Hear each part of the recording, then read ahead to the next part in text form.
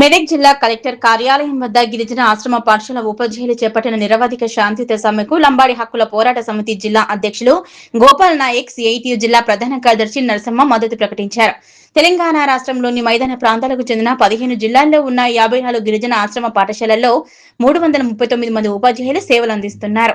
ఈ పాఠశాలల్లో సుమారు 22,000 మంది విద్యార్థులు విద్యను అభ్యసిస్తున్నారు. మెదక్ జిల్లాలోని మహమ్మదాబాద్, కౌడిపల్లి, టెక్మాల్ ప్రాంతాల్లో 3 గిరిజన ఆశ్రమ పాఠశాలలు ఉన్నాయి. ఈ పాఠశాలల ఉపాధ్యాయులకు కేవలం 10,000 వేతనం మాత్రమే చెల్లిస్తున్నారని ఆవేదన వ్యక్తం చేశారు. ఆర్థిక శాఖలో పెండింగ్ లో ఉన్న ఫైళ్లను వెంటనే ఆమోదించి సిఆర్టీఈ ఉపాధ్యాయులతో సమానమైన వేతనాలు కల్పించాలని డిమాండ్ చేస్తున్నారు.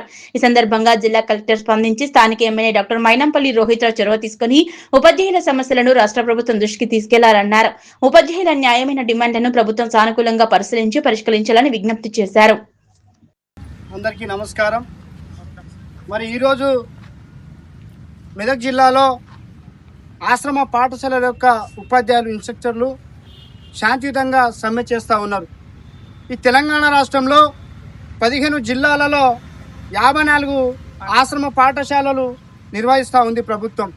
మరి అటువంటి తరుణంలో సుమారు 22,000 మంది విద్యార్థులు గిరిజన ఆర్థికంగా బలహీనంగా ఉన్నవారు కావచ్చు, విద్యకు దూరంగా ఉన్నటువంటి విద్యార్థులు కావచ్చు, ఈ ఆశ్రమ పాఠశాలల ద్వారా మెరుగైన విద్యని వాళ్ళు అభ్యసించి బయటకు పోతా ఉన్నారు. అటువంటి తరుణంలో ఎవరైతే ఆశ్రమ పాఠశాలలలో ఉపాధ్యాయులుగా పనిచేస్తున్న వారికి పని ఎక్కువ, జీతం తక్కువ ఉంది.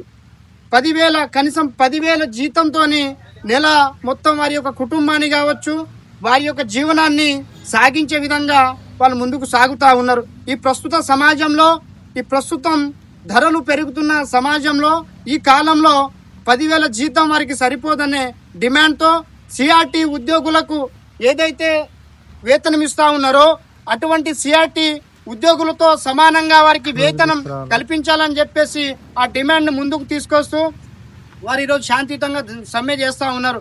అదేవిధంగా ఆర్థిక శాఖలో ఉన్న ఫైల్ని వెంటనే ఆమోదించాలని చెప్పేసి వాళ్ళు డిమాండ్ చేస్తూ ఉన్నారు.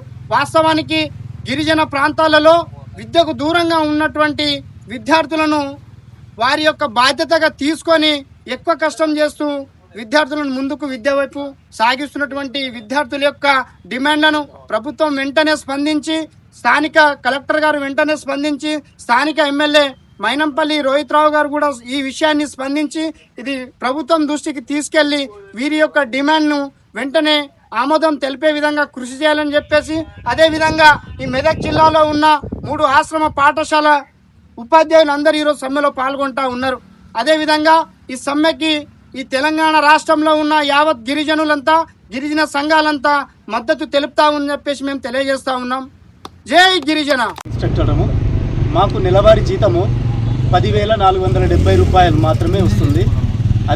అదే మా సంస్థలోనే పనిచేసేటటువంటి సిఆర్టీల యొక్క వేతనాన్ని చూసినట్లయితే వాళ్లకు ఎస్జిటి వాళ్లకు 22,500 రూపాయలు వస్తున్నాయి.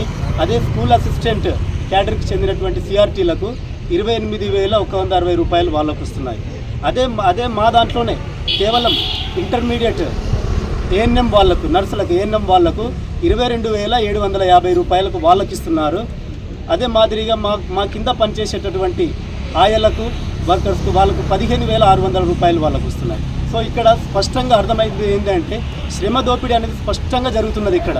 అంటే ఒక ఉపాధ్యాయ వృత్తిలో ఉండి మేము సిఆర్టీలతో ప్రకారం మేము పనిచేస్తున్నాం.